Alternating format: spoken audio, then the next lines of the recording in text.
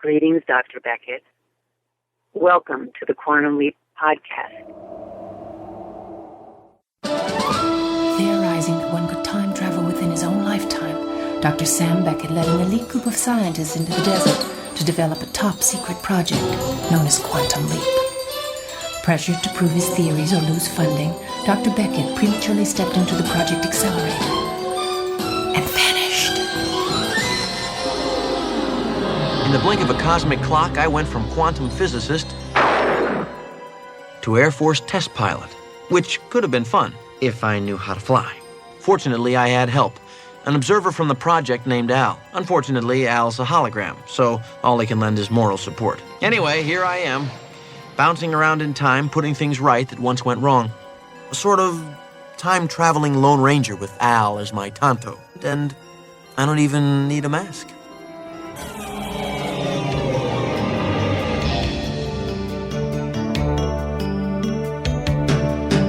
You are listening to the Quantum Leap podcast. This is episode 13, Blind Faith. We are in New York City. Today is February 6, 1964. Right. Andrew Ross is the Ray Charles of classical music. You don't understand what it's like to be told by someone that you have no talent, that you'll never amount to anything, and that you're not pretty enough for anyone to ever want. I kill myself putting you through nursing school, and you go gallivanting through the city with God knows who. I wasn't with anyone. It was just a concert.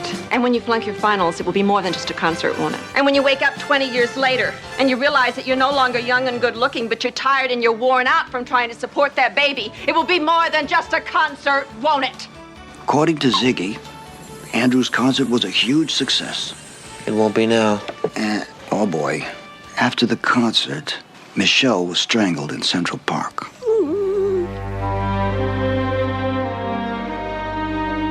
Hello and welcome back to the Quantum Leap podcast. I'm Albie. And I'm Heather. And today we are talking about the 5th episode of Season 2, Episode 14 of Quantum Leap, Blind Faith. We have a great show for you today. Later on in the episode, we have an interview with Jennifer Rhodes, who played Agnes Stevens in this episode. Michelle's mom, yeah. So that'll be great to hear. It's a really nice interview.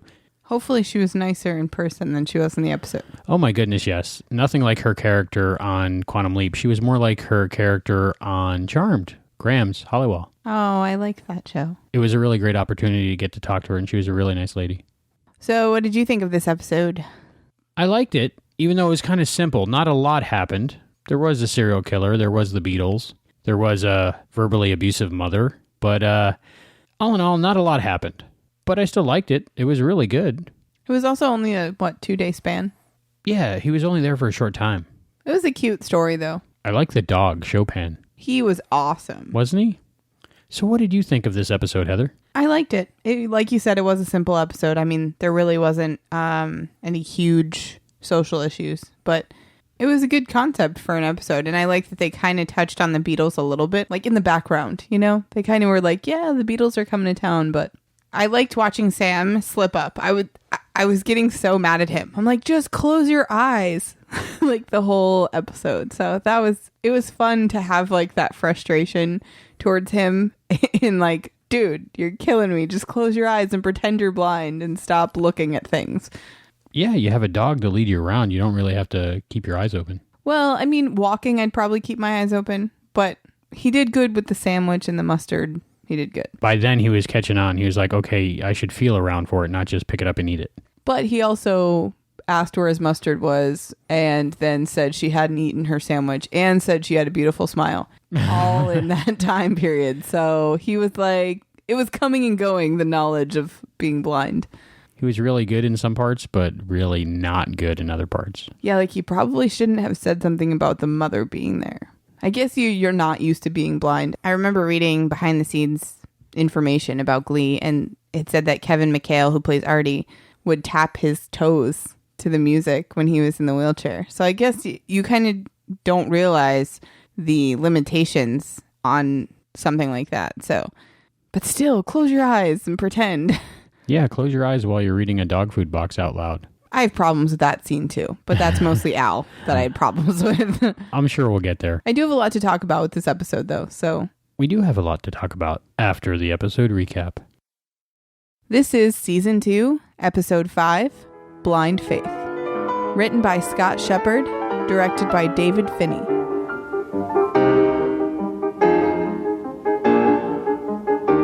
Sam finds himself just finishing a piano performance in a huge music hall.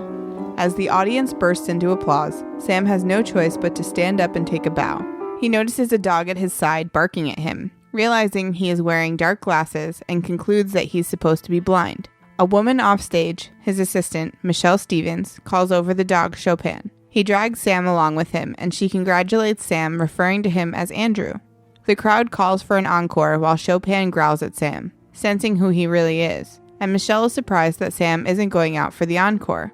Realizing he has no choice, Sam goes back to the piano, hesitates, and then starts playing chopsticks. The audience thinks he's trying to be humorous and applaud his effort. As Sam leaves the stage, Michelle says she's looking forward to seeing what he'll play tomorrow night. Outside, Michelle escorts Sam home, and she talks about how much she admires him. Sam spots a newspaper confirming he's in New York City on February 6, 1964. When Michelle wonders how he knew they were at a newspaper kiosk, Sam claims he heard newspapers rustling. As they continue on, neither one notices a headline about a third girl strangled in Central Park. Michelle asks him why he decided to play chopsticks, and Sam claims it's the only thing that came to mind.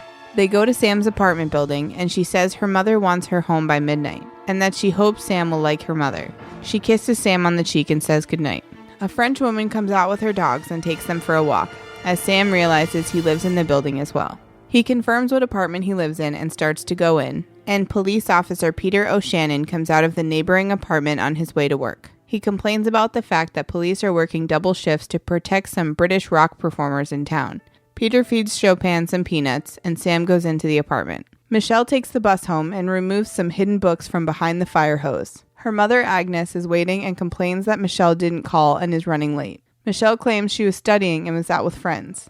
Agnes knows she's lying because she left one of her books behind. Michelle says she went to Carnegie Hall because she got a ticket for a concert at the last moment. Agnes complains about how she's working to give Michelle the money she needs to enter nursing school, and how she'll end up alone with a daughter when her husband abandons her. Michelle gives in, and Agnes takes a more sympathetic tone, saying that nursing is steady work, and there will be no Prince Charming to sweep her away. Sam is trying to find Andrew's music when Al arrives and explains that Andrew learned to play by ear.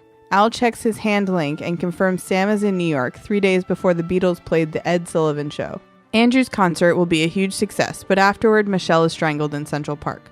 Sam figures since he can see, he can prevent Michelle from being killed. He's concerned that he won't be able to play the piano, but Al says that he can help him with that and says he'll be there the next night for Sam. In the park, the French woman is walking her dogs when the killer finds and strangles her. The next day, hordes of teenage girls have gathered for the Beatles, and the police try to keep them back. Sam is walking past and ends up catching a girl as she faints. When he almost walks into traffic, Chopin warns him. Peter notices and comes over and tells Sam they found another body in the park. Back at Andrew's apartment, Sam listens to Andrew's recorded performances and wonders how he'll get through the concert. Chopin asks for food and Al arrives to taunt the dog. He starts reading the dog food box out loud, unaware that Agnes has come in behind him. Al warns him too late, and Agnes tells him to stay away from Michelle or she'll reveal his charade to the world. She refuses to let anyone take her daughter from her and walks out. That night, Sam prepares as best as he can for his performance, but apologizes to Andrew's reflection. Michelle comes to his dressing room, and Sam tells her about Agnes's visit. She explains that her mother constantly reminds her that she's not pretty enough and she has no talent. Sam tries to reassure her, and Michelle wonders how he can get through his life with his blindness. He tells her that sometimes you have to do what you feel is best and ignore others, and tells Michelle she owes her mother her love, not her life. She considers what he's said and embraces him. On stage, Sam hesitates until Chopin literally pulls him to the piano. Unsure how to begin, Sam whispers for Al, who finally appears in a white tuxedo and carrying piano music. Al has to touch it so that Sam can continue to see it through their neurological connection. Sam wonders how he can play it, and Al tells him to just try. Sam goes ahead and discovers that he can play perfectly. Al explains that Sam played at Carnegie Hall when he was 19. While Sam performs, Agnes comes to see Michelle and says that Sam will leave her. She dismisses Michelle as soft and sweet and talks of how she's had to be tough for both of them. Agnes says that Sam can't want an ordinary girl clinging to him. When Michelle accuses her of jealousy, Agnes slaps her and says that Sam isn't blind. On stage, Sam finishes his performance and takes his bow, and then turns and clearly sees Agnes. Michelle realizes that Agnes was right and breaks into tears while running off. Chopin drags Sam off momentarily, and by the time he goes after her, it's too late. Michelle has merged with the crowd of teenagers outside cheering on the Beatles. Sam drops his glasses and turns as a photo flashbulb goes off in his face. Al finds him and Sam explains that he's blinded. He tries to cross the street and Chopin saves him just in time. Sam gets to a fountain to try to rinse his eyes out, but he realizes that he can't see. Al directs Sam to the park to find Michelle. Meanwhile, the girl finally slows down, but hears someone behind her. She turns and sees a masked man wielding a belt to strangle her. He chases her down and starts choking her. She stabs him with a nail file and breaks free. When they come to a fork in the path, Sam tells Chopin to find Michelle. The dog guides them into the park where they find her discarded purse. In the park, Michelle finds Pete and embraces him in relief. However, when she notices that he's bleeding, she realizes that he's the strangler. Sam hears her cries, follows them, and releases Chopin. The dog holds Pete down while Al directs Sam to the officer's handcuffs so he can restrain the killer.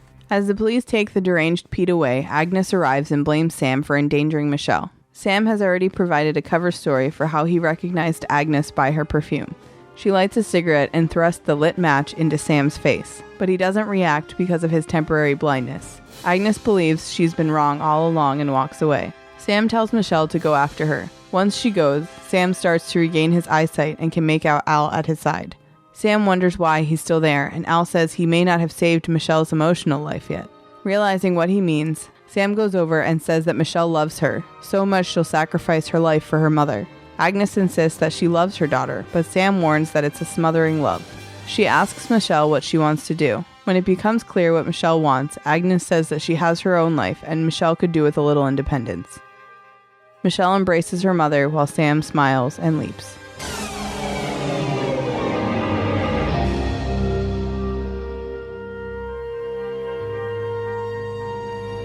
So this episode, Sam is blind, but it's not really about blind people. Like when Sam leaped into a black person in The Color of Truth, he was getting mistreated because of his color.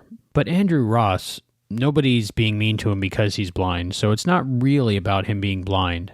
No, he's actually respected because he's a super rock star. Which is awesome. Yeah, it's really cool that people are just amazed by his talent, so they don't have anything mean to say. Not that I'm sure hasn't experienced it in the past, but... But in this episode, he doesn't. He just happens to be blind. Right. He has to stop a serial killer, but he just happens to be blind. Well, he's not blind, but he is blind. He has to act blind, which is a little confusing because I assumed he was going to be blind in the episode. He looks blind. He acts blind. Ish. Not really. He's bad at that. It would be difficult to pretend to be a blind person and see something and not react to it. Right, which is good that he had the flame thing happen to him at the end to cancel out her doubts, I guess. It was odd to me. If you watch where Sam gets flashbulbed in the eyes, Sam closes his eyes as he turns towards the camera. They cut to a shot of the flashbulb exploding, and they cut back to a shot of Sam with his eyes closed saying he burned his eyes. So he shouldn't have closed his eyes in the first shot before the flashbulb went off because, at least in the cut we saw, the flashbulb didn't go off in his face. So there was no reason for him to close his eyes because then his eyes wouldn't be burned. So that's a little bit of a production error. Yeah, maybe it was just instinct on Scott Bakula's part. You know, like, I'm going to put my face in front of a flashbulb. I should probably close my eyes. Like, just instinct.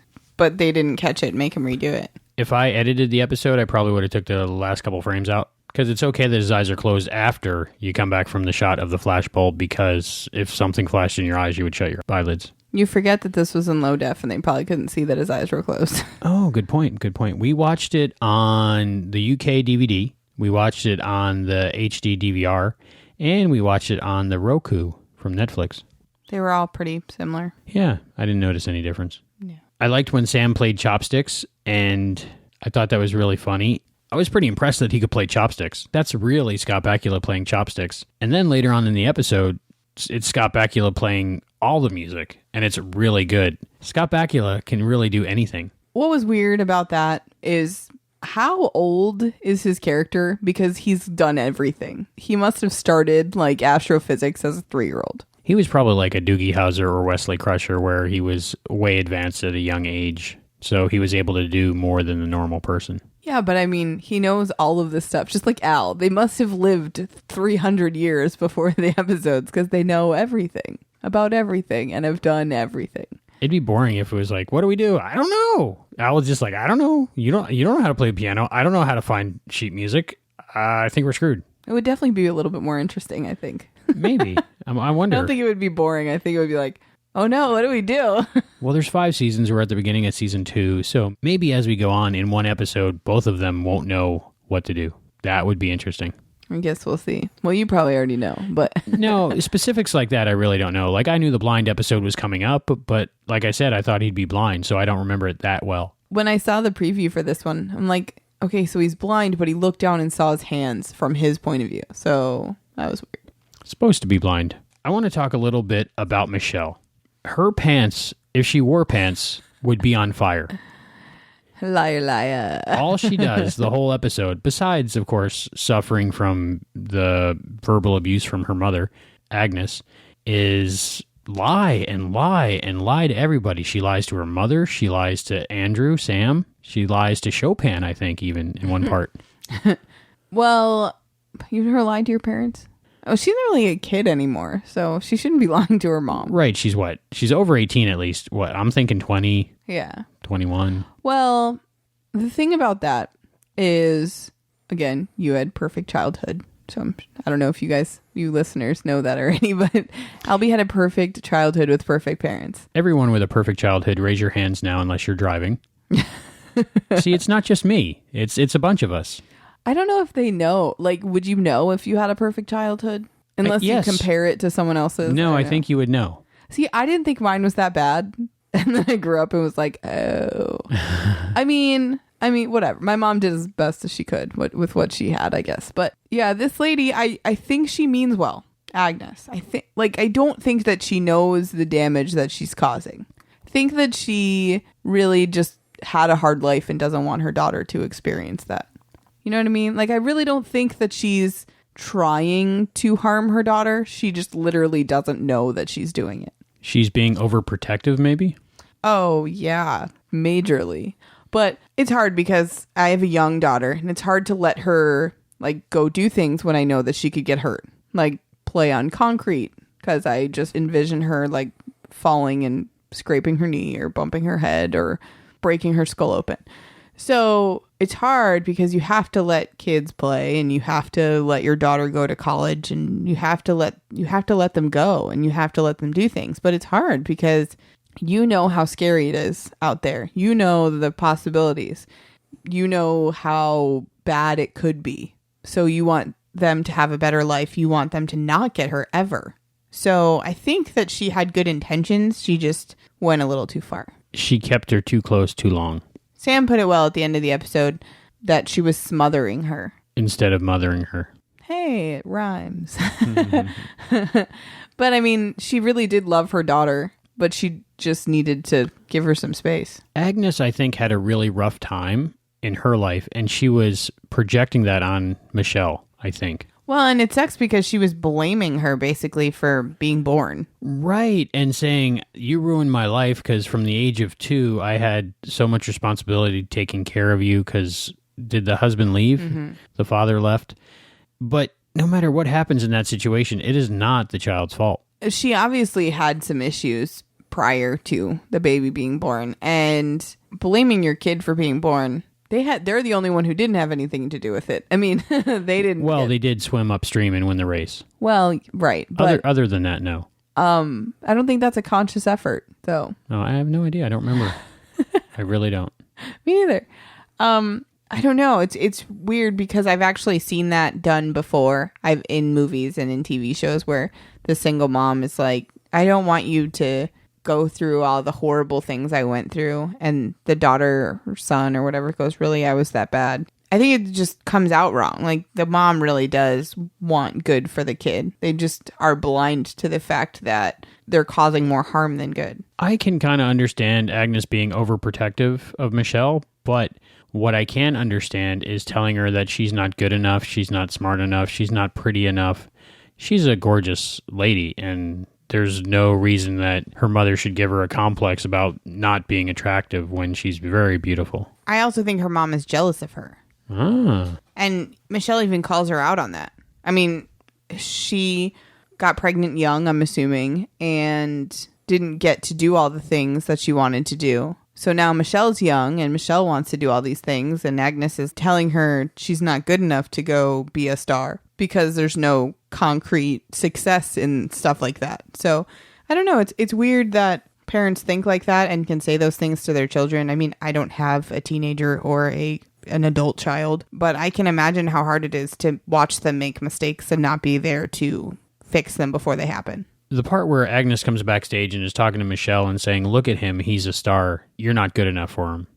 Yeah, she's too ordinary. Right. It's so weird. You would think you'd be proud of your daughter being with someone famous and talented. Well, and she also says, I don't want you to get hurt, as she's saying all these hurtful things and then smacks her in the face. Dude, and that was a smack. Yeah. That looked like it hurt. I just don't understand why you would get so angry.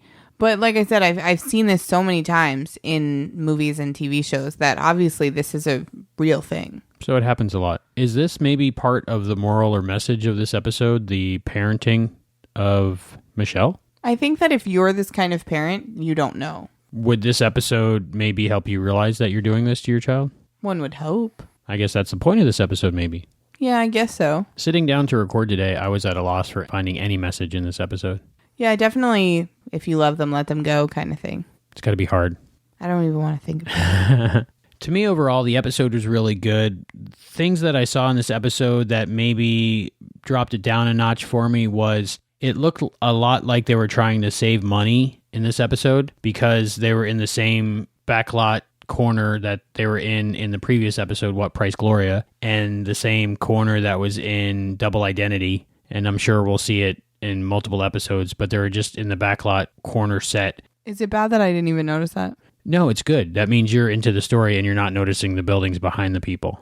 Yes. And also the use of the stock footage of the crowd for Carnegie Hall, which was, the crowd applauding and getting up and standing up, which was great, but it definitely didn't match in with the show. It just looked weird to me. I thought it was like CG or something because it just looked really funky. If it was CG back then, it would be black with green lines. Well, no, it looked like the people were cut out, like they had a weird outline around them. It just something about the shot of the audience, the first part, not the balcony, like the people that were sitting on the ground just looked really weird. It did seem odd. But those were the only two things that really took me out of the episode. Other than that, I really enjoyed it. It was kind of nice to see the whole Beatlemania thing going on. On the outside. It was like kind of touched on the Beatlemania. Right. Well, you'd have to get really good lookalikes if he was going to actually bump into him. Yeah. I like that they teamed Sam up with a dog. Like I mentioned in What Price Gloria, I love his acting with a dog. He just seems to act really well with dogs. I don't know if he's a dog person. It'd be ironic and funny if he wasn't. But he just acts good with dogs, I think. Well, and this dog was awesome. It was such a personality for this episode. And it brought so much to this episode. The dog was awesome. So good job. Good job to the Chopin actor. So when Andrew said something about her mom when they were walking to his apartment in the beginning, Michelle said she doesn't want to bring her up again. So they've obviously talked about her in the past. And nothing has come of it yet. You know what I mean? Like, obviously they've discussed her. So they've been together for some time, right? I would say weeks. But what's weird is, does he just have a concert every night at Carnegie Hall? How does that work? He might be in a limited engagement a few days, a week. Because he's not traveling because they've been together. Obviously, they've discussed her mother, so she's already a problem. But who knows what Andrew already knew before Sam leaped in. But again, Michelle's lying about everything she's telling Andrew about her mother because Michelle was saying she told her mother where she was and that they wanted to meet, but her mom's just waiting for the right time. But none of this is true. Well, I'm sure she's embarrassed about the fact that her mom is horrible to her and won't let her go out. I'm sure if Andrew knew that, he would say, you really have to tell your mom, and she already knows that. This is 1964. Do you think the reason she's still at home is because in 1964 women really didn't leave the house until they were married? Or do you think it's because she's being kept down that she thinks she can't go out on her own? I don't think her mother would have let her move out. Well, legally you can't stop her. But she had such an emotional hold on her. She was gonna leave Andrew to stay with her mom? I mean, like there was no way that she would have moved out on her own. I honestly don't know about the 1960s.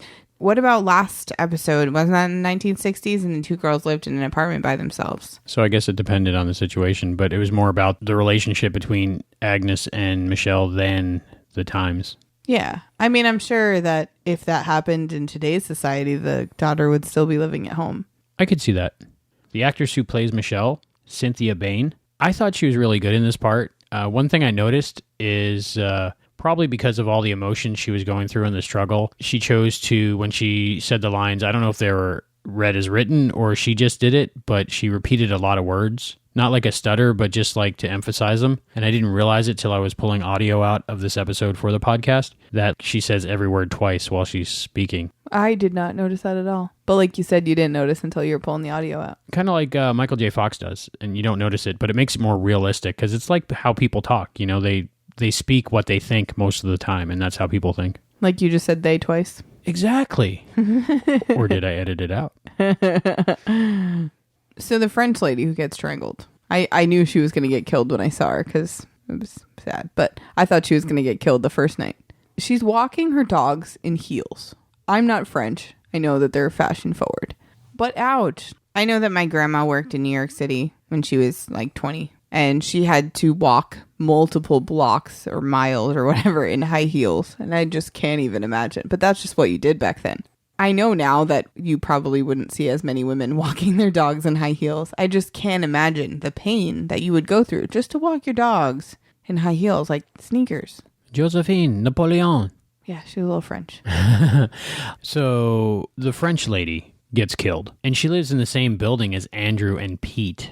And then Pete's gonna kill Michelle, which is dating Andrew. Do you think it was just random because he was hanging out in the park? Because those women just happen to be in the park. Well, that's what I was trying to figure out. Did he follow them to the park, or was it truly random and he just happened to bump into him in the park because of the commonality of the residents? I want to say a cop should know if he's going to start killing women to not have an obvious connection, because they're going to look at somebody who lives in that building. I don't think they would have looked at a cop, though.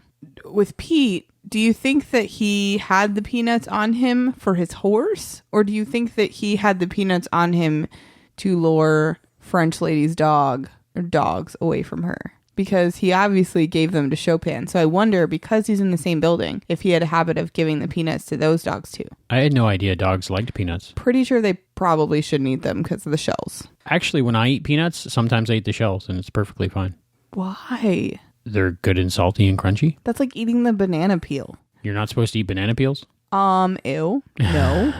No, I don't eat banana peels, but sometimes I do eat peanut shells. I think I used to eat sunflower seed shells, like the outsides. You can, just not a lot of them. But they are nice and salty and crunchy. But like the peanut shells, they look like they would taste like wood. I saw someone do it once and I was like, huh. So I tried it and I was like, that's not bad. Kind of tears up your mouth though.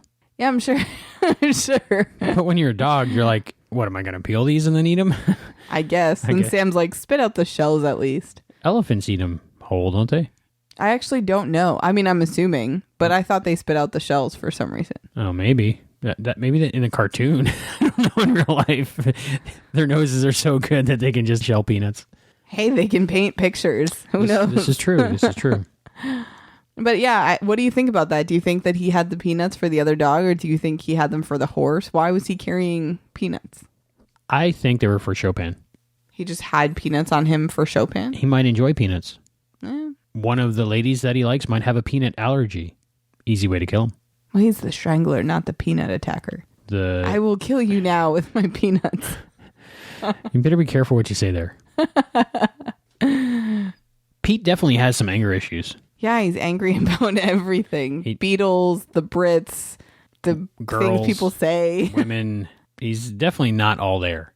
Now, when did you know that Pete was the strangler? I didn't. And the same moment that she found out. Really? Right. Well, for me, again, I saw this episode about 24 years ago now, and I don't know if it's because I saw it back then or just because of the way I watch television now, but I know that they don't really put a scene in there that doesn't mean anything. So I accepted Pete's the neighbor, he's a cop, and that's a nice short scene, and it shows that Andrew has friends in his apartment building. But when he was in a scene only a few minutes later, when they met and he was on the horse, then I was like, okay, this is another scene that really doesn't develop the plot anymore, so it's got to be Pete.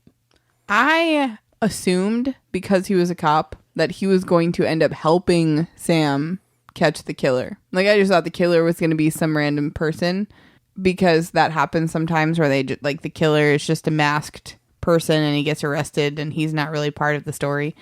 But I just assumed, because he was a cop, that he would end up helping Sam. But obviously I was wrong. So was that a good surprise that you didn't know who it was going to be? Yeah, I mean, it made sense. Like, once she saw the blood in her hand. And it was a good plot to it. Like, I liked the way they did it. I'm glad it was him because it kind of worked out better. But yeah, I liked the way it went. It was a good surprise. Al did not make his first appearance in this episode until 14 and a half minutes in. Wow. He was leaving Sam stranded. That was the first that I think that it took that long for Al to get into an episode.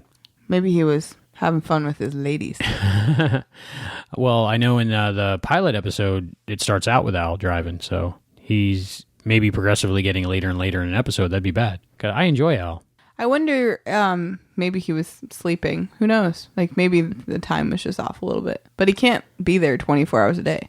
I have to say, Sam, he's a genius. He's in the apartment of a blind man. He's walking around looking for sheet music for how long? Yeah. Swiss cheese brain? Is that? I don't know. Also, why didn't he just keep the sunglasses on? Just in case anybody walked in.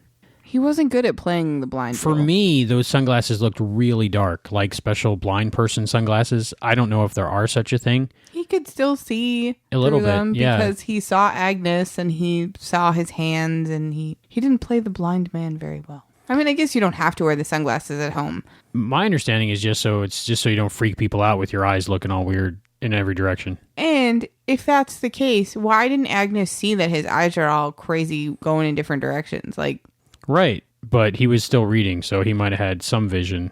I don't know. maybe he just knew what the box said, and I don't know. What Sam should have done is start feeling the box. Like, This is Braille. I don't know what you're talking about. either Braille or like Daredevil, he could read the printing, the raised printing. That is some serious talent right there. I had a weird, I guess, epiphany while I was watching this the second time. It was late at night. I'm sitting there. I decided to close my eyes, see what it's like to be a blind man. Totally not what it's like to be a blind man. Because when you close your eyes, what do you see? Black? Right. When you close your eyes, you see black. Okay. That's not what blind people see. I don't think. When you're looking out of your elbow, what do you see?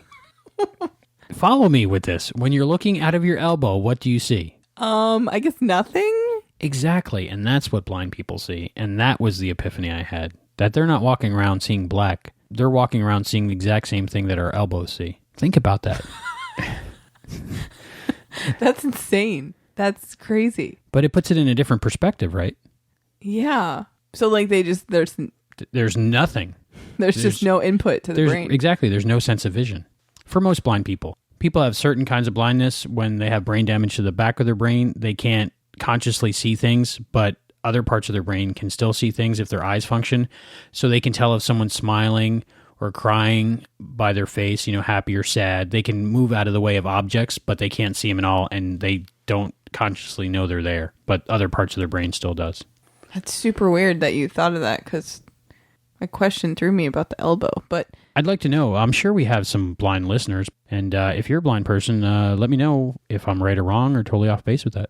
But if you're blind, how did you watch the episodes of Quantum Leap? You listened. I used to listen to TV shows all the time when I was younger, and I'm going to say this out loud. Before VCRs, What? we had things called audio cassettes, and I had an audio cassette recorder, and I would record the audio of TV shows that I liked and listen to them over and over again. So I'm sure you can get a lot of entertainment out of television if you can't see it. You're so cool. I'm not the only one who does this. A friend of mine I was talking to one day, and he was like, yeah, I used to audio tape episodes of The Fall Guy. I was like, me too. I guess I missed that era. Yeah, I mean, now it's just like, Siri, Quantum Leap, please, season 2, episode 5. And it's like, sure, working, done, here you go. I did used to record songs off the radio on cassette tape. That was about as close as I'm getting to your story here. So, Pete, angry about the way people talk. So was see you later like not a word yet? Or, I mean, not a phrase yet? I actually looked it up. The phrase was popularized by a Bill Haley song in the mid-50s. So maybe he just didn't like the whole rock and roll and teenagers and stuff. And maybe he's just mad in general because he's got no room to talk about how people talk. He was just angry in general. And it was his job to protect the women in the park. That's why he strangled them. I'm so angry that there's a killer that it's making me work harder, but I'm the killer, so I have to... Wait, what? I just thought he was trying to advance at his job, and he was going to catch the killer, and it was going to be him, and he was going to get a promotion. This guy's not thinking straight. He really isn't. Yeah, I don't understand. But then again, I'm not a psychopath, so... The restaurant scene, Sam says, "Excuse me, there's no mustard on this." Because he didn't smell it. You kind of smell mustard, right? So it is plausible. Right. They believed him. It was quick thinking. Well, he's either got to go with hear or smell. So he just can't say, "I didn't hear the mustard." I didn't hear you put the mustard on my sandwich from the kitchen. Right. What kind of sandwich was it? Kind of like a Reuben looking thing? I have no idea. You're the sandwich guru. I did notice that Michelle's sandwich, it was a turkey club sandwich and it wasn't plated right. You're a dork. You are officially a dork. When you order a club sandwich somewhere, anywhere, the cut ends are supposed to go up. So you see all the ingredients in the triple layer club. It was just like set flat. So all you saw was bread. It's a 1960s diner. All right. Maybe they hadn't have thought of that yet. Maybe. Maybe that was time period accurate plating of a club sandwich. You're such a dork. I love sandwiches. I love turkey clubs. Turkey clubs. We should make turkey clubs. Do we have stuff to make turkey clubs? I liked how they mentioned as likely as a B-movie actor becoming president. And Sam's like, yeah. How would that come up? I don't know. That's so random. It was kind of funny because the Back to the Future, of course, time travel, 1985, they had already addressed Ronald Reagan, the actor, being president. So it was kind of a funny joke because of that. Yeah. I didn't even think about that. I was like, that would be such a random metaphor that she would just pull out of nowhere. Yeah. What would be one similar to that? It would be like her saying... Way to put me on the spot.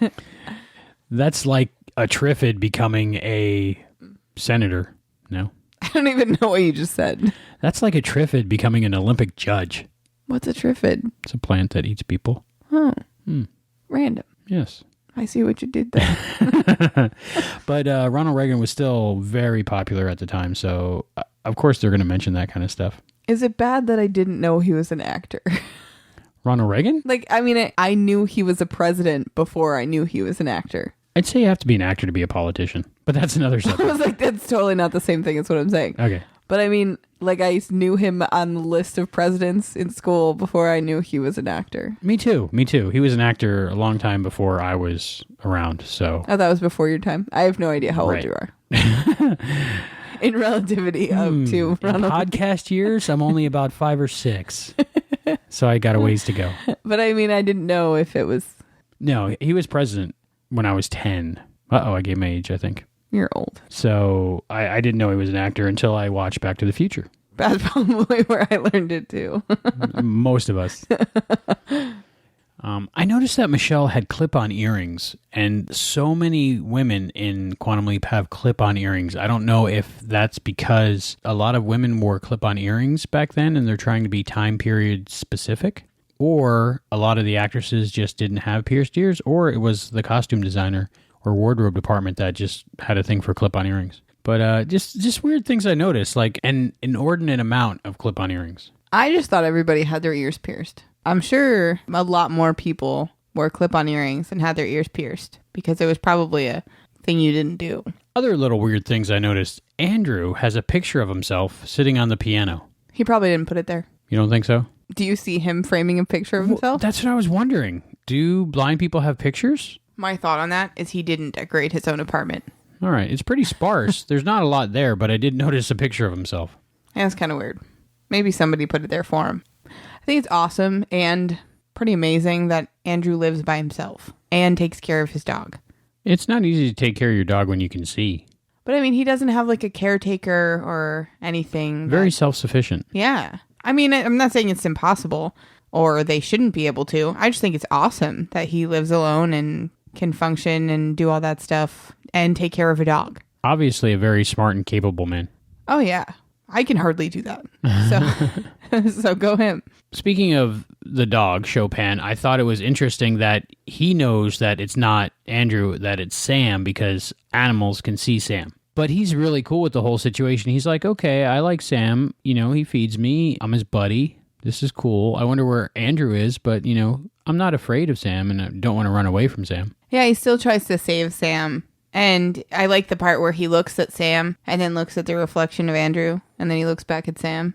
Like, that's not the same thing. It was funny. A little touch they did in the set that I noticed was a little braille on the kitchen cabinets. Besides being blind, he was like also an organization freak that'd be like labeling your cabinets cups or glasses. Well, yeah. I mean, I think you have to be.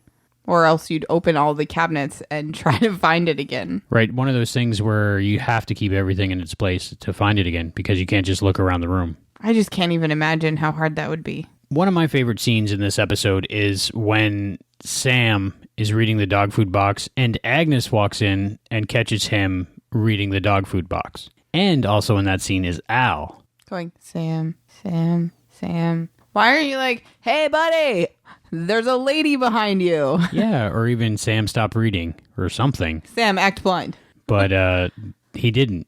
Yeah, he just said, Sam. He was acting like Sam. Agnes could see him, almost. Yeah, it was weird. Very weird. It was weird. But if Al warned him, then she wouldn't have that on him that he could see. So it's understandable, but not realistic.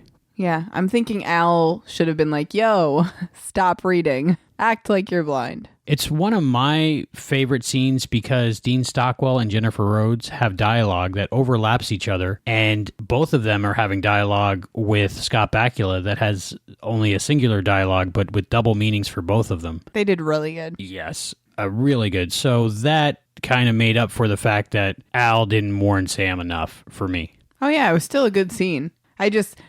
It's funny in this episode, you know when you're watching a scary movie and you're like, no, don't go into the kitchen. Stop calling out for the killer. Don't go that, when you're... That was like that with this episode. Like, just tell him that she's there or close your eyes and stop doing that. You were yelling at the screen? Yes, I was. I was. There's just a lot of things going on in this episode about Andrew being blind and Sam not getting it quite right. Michelle says that her mom thinks that she's not talented and she's not beautiful and she's ordinary. We see Agnes actually say that to her, that she's ordinary. Do you think that that's why she's with a blind man? That she doesn't think that she can be with a guy who can see her? Yes. I think she has a very negative self-image and she probably does believe that she's not pretty just because she's been told it her whole life. No, I'm not saying that Andrew is not in her league because he's blind, because seems like an awesome guy. But for you to be with a blind man and not think you're beautiful, I just feel like that probably one has to do with the other. I would agree. I think that she felt like she could be herself more with a blind man just because he wouldn't know how hideous she was, even though she wasn't. Which to me is something like Marilyn Munster, where she thinks she's ugly because her whole life she's been told she's ugly when she's actually gorgeous. Yeah, I don't know. I guess Andrew really is good for her, but not because she's not beautiful, because they're good together. They seem really good together, and it's really difficult to say because Sam really likes Michelle, but does Andrew like Michelle the same way? I would think so, since they're already hanging out and already together, and Michelle already thinks that Andrew's amazing. I think it's a mutual thing. I really think they like each other because I think that Sam still has part of Andrew's personality, like we've said before, and I think he would pick up on the fact that Andrew doesn't like her. But what's not to like? I mean, she's awesome. I like her. She's a sweet little girl. A little bit damaged because of her mother. Right, but he's trying to fix that. I think they will work it out. Happily ever after. So before we get to the end of the episode and everything that's going to happen, there's a short little scene that I really enjoyed where Sam Andrew reassures Michelle that she is beautiful and she doesn't owe her mother her whole life and she has to start thinking of herself. Do you think that you owe your parents your life? Or, I mean, your parents brought you into this world and they raised you and gave you everything that they had and they sacrificed for you. But does that mean that you owe your parents the same in return? I don't think so. I think you owe your kids the same thing in return. It's like a pay it forward kind of thing. Exactly, pay it forward. Of course, they're family and they took care of you, so if the need arises, you should help out and take care of them, but you shouldn't lead your whole life dedicated to what they want you to do. You have to live your own life. You only live once. I agree. I think that if they need help them, obviously. But to a point, don't dedicate your life to your parents,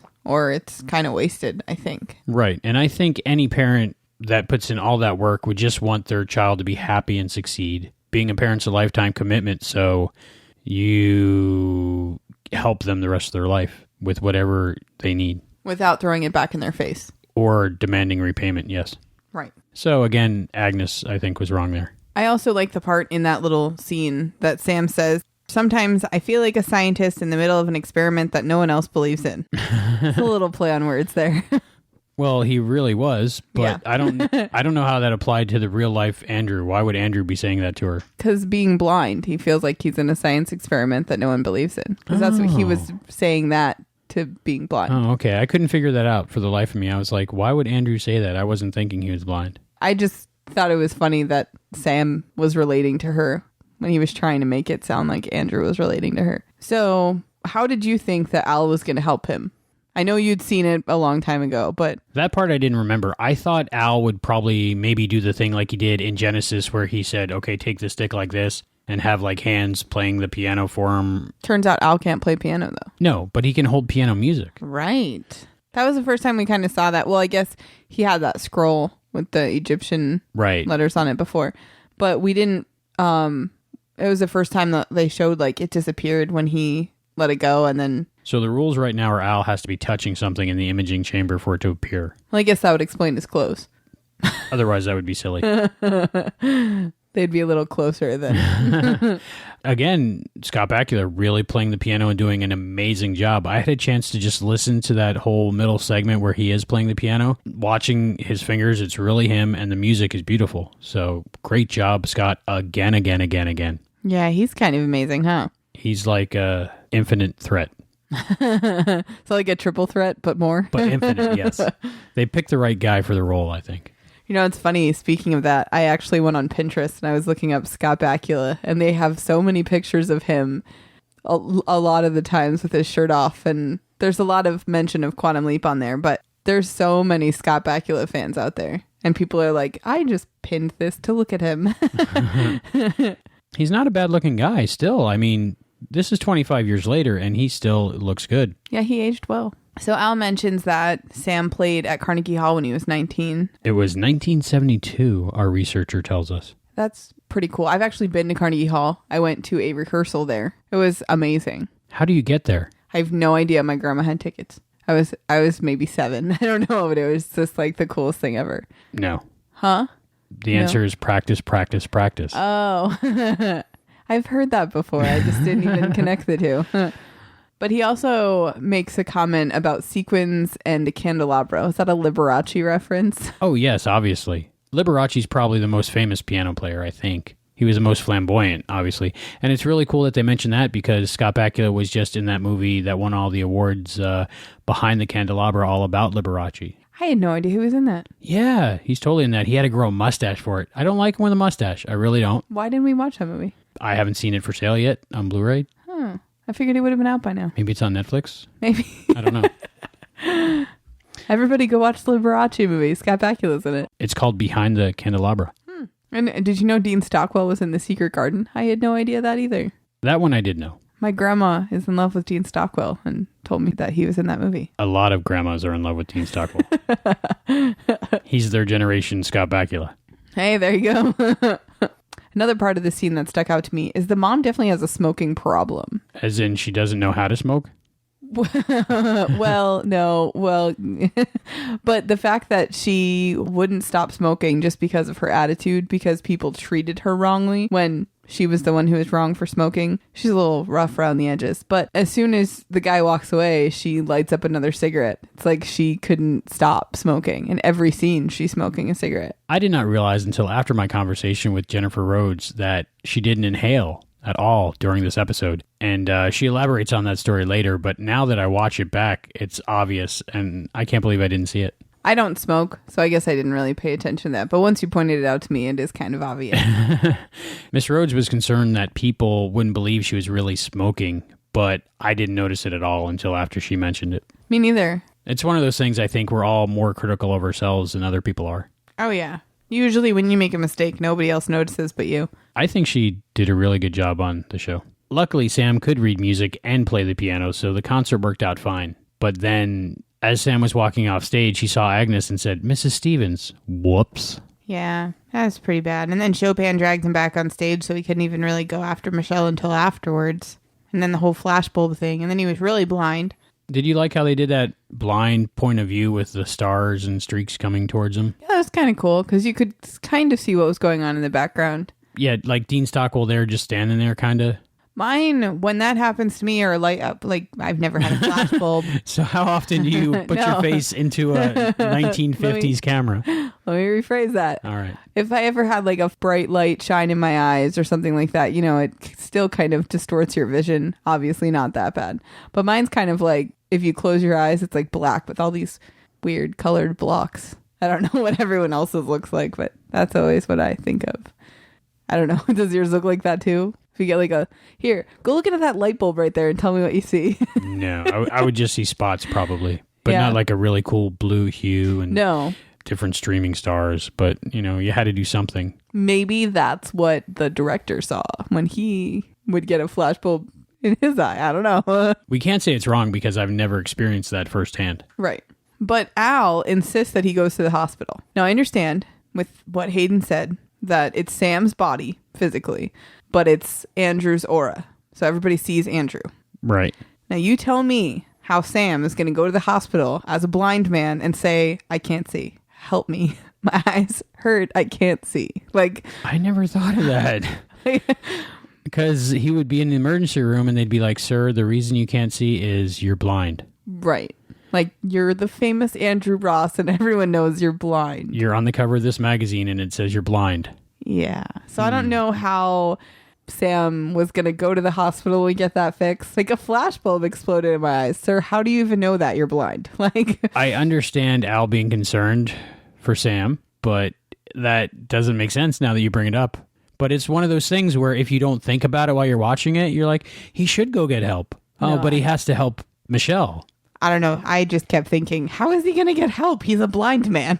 Right. So I guess they could physically help him by pouring stuff in his eyes, but they wouldn't be able to restore his sight really because from their perspective, he's blind. Yeah. Right. Even if, because no matter which way you look at it, if it's physically Sam or if it's physically Andrew, either way, it wouldn't work out. So no matter what theory it is, I mean, no matter who physically it is, whether it's Sam or Andrew, the doctor sees Andrew Ross, the famous blind man. I mean, I'm sure a lot of this is going to come up throughout the series because, nobody really ever thought of the mechanics of being inside someone else's aura until this show. Yeah, I mean, Al was worried. I get it. But tears fix the problem. So at the right time, right? If the tears were working 38 seconds earlier, then he would have saw the match. So that was pretty good timing. Yes, because at least it made a believer out of the one person who doubted he was blind. They did pretty good with, I'm guessing that was makeup around his eyes to make him look all bloodshot and... His eyes were all red underneath. I know, and his eyeballs were too, so I don't know if he was rubbing his eyes or they have a thing where they put a screen in front of your eyes and they blow menthol in your eyeballs to make you tear up and look like you have irritated eyes. So I don't know if they did that or it was just, him rubbing his eyes or some kind of method acting. So you think running over to a fountain and just putting fountain water in your eyes is a good thing? I guess if you have no other option. Right. It's not like he had an eye washing station behind him. Al's like, run across this busy main road with all these cars while you can't see to go to that fountain. Not go behind you into the restroom right there and use the water fountain. Dramatic effect. Yeah. I guess. But that gets him one step closer to the park to save Michelle. I guess he had to cross the street no matter what. Why did the temporarily blinded quantum physicist who traveled in time cross the road? To get to the fountain on the other side. Exactly. So, I have to say, you did not notice that Michelle stabbed Pete in the back with a nail file. What did you think happened? This is what I thought happened. I thought she got away from the Strangler, or Pete, and then she just happened to bump into Pete, and she didn't realize it was the Strangler at first until, like, she recognized maybe his outfit or scent or something. And this is the 3 times that I watched it. So you didn't see the nail file and you didn't see the blood on her hand? Not once. I don't know if every single time I was taking notes at that specific time, or I was looking at something else in the scene, like a tree or a dog. I have no idea. And I didn't see the blood on Michelle's hands either. There's an entire frame of just her hand. I have no explanation. It makes me wonder how many other things that I miss. But once you mentioned it, I was like, how could I have not seen that? That makes total sense. That's why she knows that Pete's the Strangler. But until then, I was like, wow, she just kind of figured it out. That's funny. Well, like, I just thought, because she looked scared and then they showed the hand, I thought at first she just realized his, like, facial expression changed. Right, like, I'm a psychopath. Yeah, there's a certain look. Dude, I'm thinking there is. I've seen it. Anthony Perkins. But then they showed her hand. So I saw it all 3 times I watched it. Yeah. I only saw it the 4th time I watched it, and I was like, wow. That's funny. I saw something you didn't see. What was I looking at? I don't know. Now I want to watch it a 5th time. So what did you think about Pete being the killer and being a crazy guy and saying he had to protect the women in the park by strangling them? Yeah, I don't understand that. Doesn't really make sense. No. I don't know how a cop goes crazy like that. The actor who played Pete, Kevin Skousen, I think he did a good job. I mean, I bought him as a New York cop. Oh, yeah, definitely. And a psychopathic strangler. How do you think Sam did saving Michelle while he couldn't see? It's good he had the help of Al and Chopin, because without that, it'd be just like if Andrew had to save Michelle. I think he did good, and he wouldn't have been able to do it without Al or without Chopin. But it's good that Chopin knew, because Chopin liked Pete. So he knew that Pete was attacking Michelle. So Chopin's a very smart dog, because he knew to attack Pete in that moment, but not to attack Pete in other moments. He was saying to himself, hey, what you're doing to Michelle is very messed up right now. Exactly. I need to defend her because she's the girlfriend of my buddy. I mean, Sam said, go get him. But yeah, I think that Sam couldn't have done it without Al. Definitely not Al, but without Chopin either. Al was good with directions, like a little bit to the left, a little bit to the right. But then again, I don't know if I could run downstairs blind. Now, there was a railing, but yeah, still. Run? I don't know. Walk? No. Maybe. Run? I don't know about even walking, but I guess... An emergency, adrenaline. But again, this is Dr. Sam Beckett. He's good at everything. Very true. He could probably... He was like, yeah, you were blind once. You don't remember that? It was a year where you just went around and closed your eyes the whole year. You mastered it. That might come up in future episodes. And to me, it was interesting that we had like a wrap-up scene at the end of the episode before the leap. I like when they do that, where whatever the crisis of the week, in this case, the Strangler attacking and killing Michelle, is over with. They have a nice little scene at the end where all the characters get to resolve their issues, which is another reason why Sam was there, not just to save Michelle, but to save Michelle from her mother, in a way. Emotionally save her. Right. Yeah, it was like a little, and then they lived happily ever after setup, which is nice for the Leapy to go back to. He gets to go back to it all wrapped up nicely in a pretty little box. I thought the match thing was weird. Like, you wouldn't just believe him because you look at him and see that his eyes obviously don't function. But you put a match in front of his glasses and he didn't flinch, so you believe him. Wouldn't he feel the heat? Like, if someone put a match near my face, I would probably feel the heat before I saw it anyway. Yeah, I think you would hear the match, number one. Especially someone with better senses, like if he wasn't seeing. Right. Agnes lit the match and then lit her cigarette and then put it in front of Sam's face. So I could give him a pass on hearing it because it was lit away from him. But like you said, the heat. Right. I mean, I know he was wearing glasses, so maybe that's why he didn't feel it as much. And maybe he did see it coming because he was starting to get his sight back, but he knew what she was trying to do. So he had to not flinch in order to have Michelle know that he's really blind. Yeah, and even she didn't believe him. When Andrew got back, it's not like he could have faked it. You know what I mean? She could have continued to test him, and Andrew would have passed the test. If it became a serious point between Michelle and Andrew, Sam could have even said, let's go to a doctor and have him tell you I'm blind. Yeah, considering he's blind. Yeah. Very tricky situation. It opens up a whole lot of possibilities for the rest of the series. What can Sam do that maybe his Leapy couldn't do? And how will that be viewed by outside people? They just needed to break out that Men in Black thing, a memory eraser, and just snap her. So, like we mentioned, Sam's sight comes back miraculously right after the whole match incident. Right. And Al says that he's a sight for sore eyes. I guess if you're ever going to use that, that would be the time to do it. Right. That would be the funniest time to do it. And he used it appropriately. And he said, how many fingers am I holding up?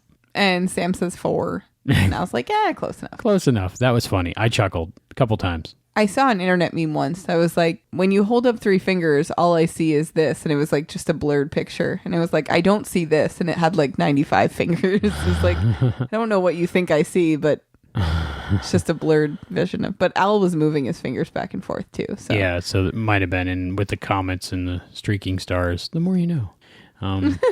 I could see where he could get confused. So I think that it was good that Sam called out the mom on her issues. I think that Michelle definitely needed help in that situation. He said that you were choking the life out of your daughter as much as Pete was. Yeah, it's pretty harsh, but needed. And that might be what made Agnes realize what she was doing, because she had like a change of heart right there. Yeah, I think that knowing that Andrew was blind and that she was wrong in that aspect made her rethink a lot of stuff too. And when Sam said that he hopes he can take good care of her daughter, that kind of clinched it. Yeah. I think it was an all-in-all good conversation, but at least he saved Michelle emotionally and physically. Sam opened her eyes. Another eye pun. I notice in a lot of TV and films, when they do have a blind person, they're always joking about being blind. Like, see you later, or, right. You know. That's why he said that. See you later. And that's why Pete gave him the weird look, because he can't see anything. You just got that right now? Oh my God. I thought that it was because it was in like the wrong era, because Sam's always saying the wrong things in the wrong time. Like he says slang words from the future. Sam is in the body of Andrew Ross, who just happens to be blind. Thank you. Wow, I can't believe I didn't get that. Tuning into Sci-Fi TV. Hey everybody, welcome back. I'm Brent Barrett. I'm Kevin Batchelder. I'm Wendy Hembrock. The Viewer's Guide to Genre Television. Welcome everyone to a special supernatural-focused bonus Hello everyone, show. and welcome to The Fae Files, a family of podcasts for the genre-loving television viewer. Welcome to Saturday B Movie Reel. Hi everyone, welcome to the study welcome group. To the top genre characters of all time countdown. And tonight we're going to be talking about Game of Thrones Season 3. Find us at tuningintoscifitv.com. My name is Lou Sitzma. I'm the one responsible. I introduced Karen to Farscape. She got sucked into the series big time. Now we're doing this podcast together. I've created a monster. Reviewing all 88 episodes and the 4-hour miniseries. That's a lot of podcasts. At the end, will it be enough for her? It has to be. But the thing that scares me most? My biggest fear. Is by the time we get to the end... Hope we can make it. Will the two of us still be on talking terms? It could get ugly. Good thing, the journey is sure to be a blast. Lots of great scaper conversations. Captured in these chronicles, so you can know. The wondrous things that we've heard. Put on your leather pants and reload your pulse pistol. I'm on another planet. What the frill? I hate this stuff. Chicks love it. Can I get a hell yeah? It's my duty, my breeding. Since birth, it's what I am. You can be more. The Scapecast, your guide to the wonders of Farscape. Listen to the Scaper Chronicles at scapecast.org. As we promised earlier, we have an awesome interview with Jennifer Rhodes, who played Agnes Stevens, or Mama, in this episode of Quantum Leap. And here it is.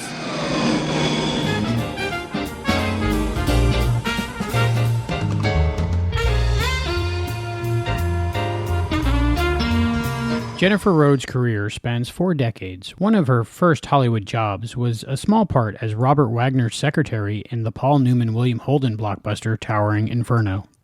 In features, Jennifer is best known for her role as Winona Ryder's mom in the cult film Heathers. In television, she is most recognized for playing Penny Grams Halliwell for 8 years on Charmed. She has had guest star television roles including ER, Third Rock from the Sun, Friends, Ally McBeal, The Larry Sanders Show, Murphy Brown, Designing Women, LA Law, The District, Equal Justice, and Fame. but Leapers know her best as Agnes Stevens in the Quantum Leap episode, Blind Faith. Thank you for joining us today, Miss Rhodes. It's really a pleasure. My pleasure. Can we start off, can you tell me a little bit about your experience filming the episode of Quantum Leap, Blind Faith? Well, actually, that role was one of my favorite roles, guest starring on television, other than Charmed, of course, which I got to do the same part for many, many times, many weeks. But Quantum Leap was a role I just always loved doing. And, in fact, I used to call it my mommy dearest part. And I loved working with those two men, and the whole experience was terrific. It's funny you mentioned Mommy Dearest. When I was watching this episode, that's one of the first things I thought of was... Really? Yeah, the Joan Crawford part played by Faye Dunaway in Mommy Dearest. And I was wondering if that was like a conscious decision at the time to make a character similar to that, or if that was discussed with you or the director or the writer. I don't think so. No, that wasn't done. But I just remember later when I saw it thinking, oh, God, it was Mommy Dearest. No, but it wasn't planned, no. It sort of happened. What was the set like? What was the director like? This director, David Finney, was his name? He only did one episode of Quantum Leap, so I was wondering if he was good to work with. Yes, I do. I'm trying to think of what he looked like just in my mind this morning.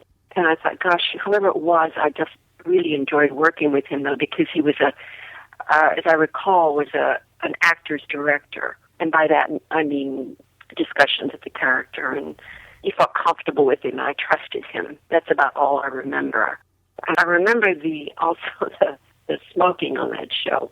When I first saw the role, I thought, oh boy, my chance to be Betty Davis here, with a cigarette. And I had smoked for years, and I gave it up, I think when I was 32 or something. And so I hadn't smoked for years, and of course I had to smoke on this show. And I thought, well, I look like I know what I'm doing because I'm a smoker. And I looked so dumb smoking because I didn't inhale it. I kept going like that. Well, so much for my Betty Davis image. So you enjoyed your time on Quantum Leap? Absolutely. What was Scott Bakula like to work with? Well, both of them were very gentlemanly and very, as I recall, it was a very creative process, very giving actors. Dean Stockwell was, I had always been a big fan of his back from years, enjoying his work, and I think Married to the Mob. Of course, he was a child actor too, as you all know, the boy with the green hair, etc. And but I was thrilled to work with him because I had been a longtime fan. The part of the episode where you put a match up to Scott Bakula. How many times did you have to do that, and were you a little bit nervous about maybe burning him? Well, I probably was. I'm going back many years now, so fortunately, remember he had glasses on, so that was somewhat of a help. But I don't recall being nervous about it. Maybe not as nervous as he was. I'm sure our listeners would love to hear about, of course, you played Grams on Charmed, and everybody really loved that character. Could you tell us a little bit about the time you spent on Charmed? Of course. I had gone in to read for Charmed, and it was just a two-parter, and it was just for 2 shows. And fortunately, I wound up doing about 14 of them. So obviously I must have been doing something right. And I wound up guest starring on that show for every year that it was running for 8 years. It's interesting when you do a character, recur or you're a series regular. I think the writers must start seeing your personality somewhat coming out as you do it, and then they start adding things. And I thought, I feel so close to this character, in terms of my humor. My sense of humor was very much like Graham's, I think. In fact, a lot of my personality was very similar. And it was a fun role to do. Obviously, anytime you get to come back as a big bad wolf, or which I did in one episode. And remember, I said, we're witches, darling. We can do anything. So it just sort of leaves the road wide open to just trying almost anything. There's nothing you can't do when you're playing someone who's already dead anyway, But it was one of my favorite experiences in terms of recurring on something. And there are a lot of Charmed fans out there. It's running all over the world. I still get fan mail from, Germany or Russia, Austria, Australia. So that's always fun to hear from people all over the world about something you did on TV, It's great. Even though you're only on, like you said, 14 or 15 episodes, it seemed like you were there all the time because you were just Grams and you were part of the show even when you aren't on the episodes. A lot of people thought I was a regular on it, I think, from what they've said to me in mail, but they, and also they referred to my character a lot, even when I wasn't on the show. So, yes, I think a lot of people thought that too. And it felt to me as if I was. I felt a part of the show. There's internet rumors about a Charmed reunion. Is there any truth to that you know of? Well, I saw that, and somebody, one of my fans on my Facebook said, what do you think of this? And I said, well, I think they should remember that family is everything. Then I read somewhere that this new revival of it, you said reunion, you're talking about the reshoot of it, right? Right. I read that that the girls weren't doing those parts, that they were casting someone else. In other words, it would be more like a spin-off or something. So the truth is, I really don't know. I mean, they certainly haven't contacted me yet, but I would know. But I hope they do. But whoever they cast, for the girls, I hope that was misinformation. But it seems to me that they would bring the original cast back, but I don't know. I know that Alyssa Milano had a reunion of the cast and crew at her home. I think it was around the holidays, just this past year. And I went to that, and it was terrific seeing. I saw, a lot of some of the cast there, not a huge amount, but there was, a couple of the producers and a lot of the crew guys and people I worked with, the hair people, makeup people. It was fun seeing everyone again. Did your real-life relationships with the actresses who played your granddaughters kind of seem like granddaughters here and there? Like, did they look to you for advice or inspiration? I can't say that they looked to me for advice or inspiration, but I think that anytime you do a role over a period of time, you sort of bond with the people that you're doing it with, and there's a sort of, it's like doing summer stock for actors, you're very involved with the people at the time you're doing it and working together, and then everybody goes their own way, and very rarely do you see them anymore. So, but that was one reason I was happy to see her again. Alyssa, at least. Holly wasn't there. You've done over 30 films and 50 different TV shows. What really stands out in your career, like favorite memories of like all those experiences? I mean, from the Towering Inferno to even movies that haven't even come out yet, like Lovesick. Mm-hmm. Well, the Towering Inferno was I had a very small part in that, but it was one of my very first jobs that I just come to California. And I remember I did a High Chaparral, and then I got this part on Towering Inferno, like all of those major stars. And I remember I worked with Robert Wagner. I played his secretary. And so I had a couple of scenes in it, but I think I wound up just being in one. But it was a thrilling experience. I always tell people I left early and missed the fire. They say, what was your part? And I said, I left early and missed the fire. Heather's, I think, was another highlight for me that has really turned into a cult film. Yeah. I went on a writer's mom. And I didn't work directly with Christian Slater, but all my scenes were with her. And that film today, even today, young students will, they'll say, I'm doing my thesis on Heather's, film students. And even, a generation away, they all know that film. I've had people quote me in my lines in that film. So Heather's was, I must say, a highlight. And I had a couple of wonderful experiences filming movies. I wish the movie had been as good as the experience of doing it. I did one with Sherman Hemsley years ago called Ghost Fever. It was great fun. I shot that in Mexico. The film wasn't very good. I didn't get much play. And then I did one in Thailand called, it was called Out of the Darkness. They kept changing the title, but I got to go to Thailand, which was a thrilling experience. one time, of course, this was a movie of the week, but I got to meet and work with Shelley Winters. Oh, wow. And it was one, I think probably, I don't remember the role, but I remember her. I used to say to her, "Do you want me to cue you on your lines?" And she'd say, "Oh, yes, would you like?" And I thought that was the greatest. And in television, God, there's been good roles before. I did about 3 episodes of Fame. That was a good thing. I enjoyed. I had some wonderful experiences on Designing Women. That was a terrific part, and working on that show was quite an honor. Larry Sanders' show, played the Orange Juice Lady. That was a terrific part for me, and of course, as I said, Charmed, and but the one that stands out for me is Quantum Leap, in terms of just a single guest star. On Quantum Leap, you were not the bad guy, because that would be the serial killer, but you were, I would say, an antagonist in the episode, right? What is that like, playing a bad guy versus playing like a good guy?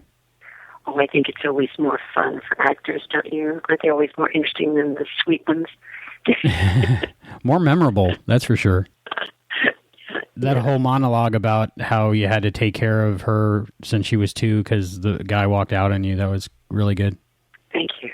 When this show was coming up on our podcast, a lot of people like you and enjoy you from where you play Mrs. Sumner on Third Rock from the Sun.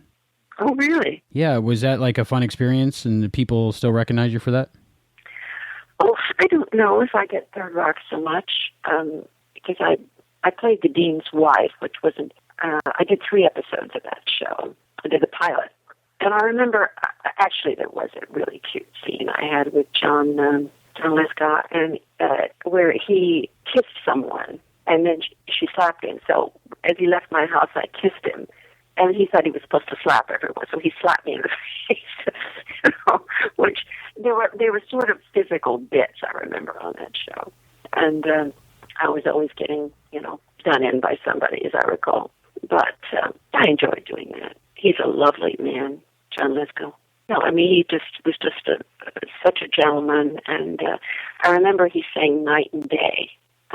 On the episode I did, and I was thrilled to hear him sing. I didn't even know he was a singer. Obviously, he's been on Broadway recently, but I enjoyed very much working with him.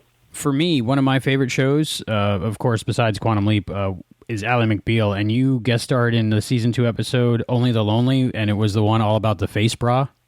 Oh, yes, yes. How was that like? Oh, it was wonderful. I enjoyed that role, and those ladies on the show were just, again, so good to work with, I enjoyed that part. I mean, there's been several I have not enjoyed, but that was one of them. Like I did with Friends one time, and it was not a very good experience. What happened? Well, it just was, I mean, Jennifer Aniston was nice because I worked with her, but, he did it, nobody really said much, everybody just sort of, I didn't feel very welcomed on the show. And I think it's always important when you're the series lead to welcome the guests on the show. And it just wasn't a nice, I mean, no one was rude or anything like that, but it just wasn't a very welcoming experience like Designing Women was, and then other shows I've done, just the role was sort of, yeah. I could take it or leave it.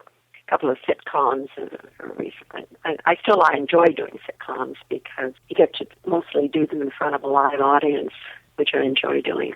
You recently did Sean Saves the World with Sean Hayes. Was that in front of a live audience? And in front of a live audience, is that more like doing a play? Yes, it is. Except if you make a boo-boo, you can't stop. You were asking me about Sean. Yeah, Sean Saves the World and working with Sean Hayes. Oh, I liked him. He was very sweet, very sweet. I think there's a perfect example. He came up to me and said, "Welcome to the show." I said, "Thank you." And he gave me a big smile. And when I left, gave me a hug. That's what I mean. Warm. It was very warm. That show, I had a small part on that, but it was a kind of a cute part. And it was, I had to sing 3 lines of Blame It on the Bossa Nova. And the funny part is I don't sing. I mean, I can sing Happy Birthday, but that's about it. And it was an a cappella group, a reunion of Linda Lavin's a cappella group. So we had to get up as if we were performing and sing 3 lines, and then I faint from hunger because I was trying to lose weight to get into my costume I wore in college. So it was a cute little bit. But then anyway, this happens to them. I'm sure you've heard actors say this before. There were 2 scenes with dialogue and then singing, and they cut one of them. So I wasn't too happy about that. But it was such fun because here I was singing, and behind me is Lorna Loft. Of course, we all know Judy Garland's daughter. Mm-hmm. And there, of course, Linda, whose family, I guess, came from opera. And then there was Maxine Weldon, who was this wonderful jazz blues singer. I'd seen her years ago at the Pine Street Bar and Grill in Hollywood. And these magnificent singers behind me, and here I am up on, oh, Christ, I got to get through this. So that was kind of a new experience for me. Sounds like fun. It was. You have projects that we've yet to see, like the movie Lovesick. Could you tell me a little bit about that? That looks interesting. I like that kind of film. It looked cute. I played Allie Larder's mother, and she brings him home to dinner, and we're sort of, I did it a few months ago. I think it's supposed to be released this year. And there was Matt LeBlanc, and he was absolutely charming to me on the film. You know, I remember thinking, because I didn't, as I said, I didn't really talk to anybody other than Jennifer Aniston. And he was a doll, a very sweet man to work with. And the picture hasn't been released yet. I think it's probably supposed to be released this year. I'm not sure. If people want more information on you or to maybe contact you, where can they go? Oh, if they want to contact me for any reason, they can go to my website, which is jenniferrhodes.com, or I have on Facebook, which is a little bit more, I keep up a little bit better, which is my, you just look up Jennifer Rhodes actress fan page. That's how it's listed. And that I sort of keep up on what I'm doing and what's happening.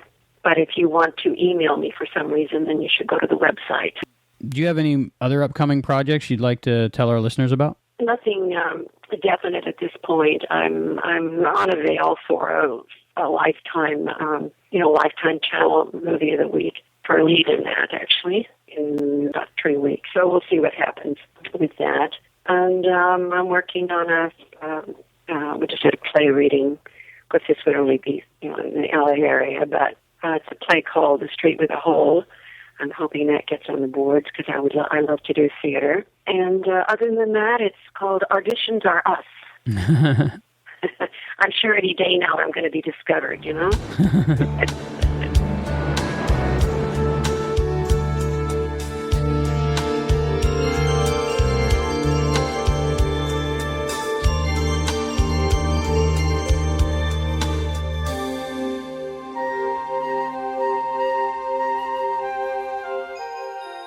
You get to talk to all the cool people. I do.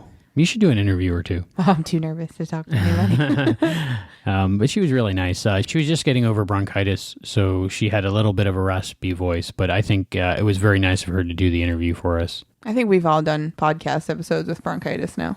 I know I did one with the flu. Yeah. And I didn't know what was going on, but it turned out all right.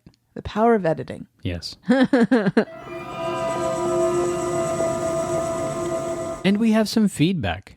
We have an email from Eric Young. Hey guys, I'm a new fan of Quantum Leap. My father watched it, so it was on in my house, but I never just sat down and followed. Very much loving the show, loving the podcast. Would love to see one a week though. Keep it up, doing great. Eric Young. Thank you, Eric. That's very nice of you. We would love to do one a week if we could. We just don't have the time. It takes about 25 hours between the 5 of us to produce an episode, and we all have day jobs. So we're doing the best we can. But we love that you love the show and keep listening. Thank you very much, Eric. And we have a YouTube comment from Swoop77777. The comment's from the episode Double Identity, and he says, waste of internet space. That's how shitty it is. So that was nice. Yes, we really appreciate your feedback. I had put, I think, the first 5 or 6 episodes of the Quantum Leap podcast on YouTube just to get the word out there more. And people seem to be listening to it, but my hope is they come to the website or go to iTunes and listen to a better quality version. Thank you very much. And please continue to listen and give us your opinion. When we asked listeners, what's everyone's favorite episode of Quantum Leap and why, Mischief Maker Studios said, "Gosh, it's hard for me to just pick one episode because there's so many that are my faves. I think my most favorite one of all would be the pilot episode because it started the whole Quantum Leap adventure. And I remember the ending of it and how my family and I gathered around the TV to watch the pilot. And in the beginning, we didn't know what we were in store for. But by the time it ended, we were all rooting for Sam. I have not felt that type of excitement for a TV series before or since. I wonder if any Quantum Leap fans can relate to this." I definitely can relate to it because I have no idea where it's going. And I'm really excited to see where it's going to go. It was a great pilot as pilots go. Jackie Morris said, "I loved MIA. Also loved Shock Theater, which then went to Leap Home, which were 2 fabulous episodes. My favorite has to be the trilogy. Love the twist, won't spoil it for anyone, but wish the series had carried on because there was so much material for another series from just those episodes." So she just mentioned episodes that you haven't seen yet. Yeah, so I've more to look forward to. So her favorite episode you haven't even seen yet. How awesome is that? That's pretty cool. I envy you. Do you envy me? I know when I make you watch my silly things that I like, Harry Potter and Hunger Vampire Games. Diaries. No, sit down and watch these 98 episodes straight. Hey, you get paid to watch that show. Thank you. But I know that I feel that for you. Or if I have someone read a book that I've read, I feel that way too. I feel that excitement for you. That's awesome. Yeah. I'm excited for me. It's a great show. Jenna Ray said, "Probably the Leap Home 2-parter. What Price Gloria, because it was the first time Sam leaped into a woman. MIA, the Leap Back 2-parter, and A Leap for Lisa. Also enjoyed The Color of Truth and all the episodes where he leaped into black men and women." Nick Sheets said, "The Leap Home Part 1 and 2, The Boogeyman, How the Test Was Won, Southern Comforts, to name a few." You're not supposed to say that name out loud, by the way. Why? Am I not supposed to know that yet? You'll find out when you get there. Okay. Shauna Mayer says, "The Americanization of Machiko. Did I spell that right? Love that subtle I shake the bugs off thread that connected both women. Also, of course, I love the Beth episode. The title escapes me. You did spell Machiko correctly. I know how to spell Machiko because I typed it a whole bunch a few weeks ago." Which is saying a lot for him and spelling. I like the song Beth, but I don't know what episode she's talking about. Beth, I hear you calling. Is it me you're looking for? Yep. It's a good one. My favorite Kiss song.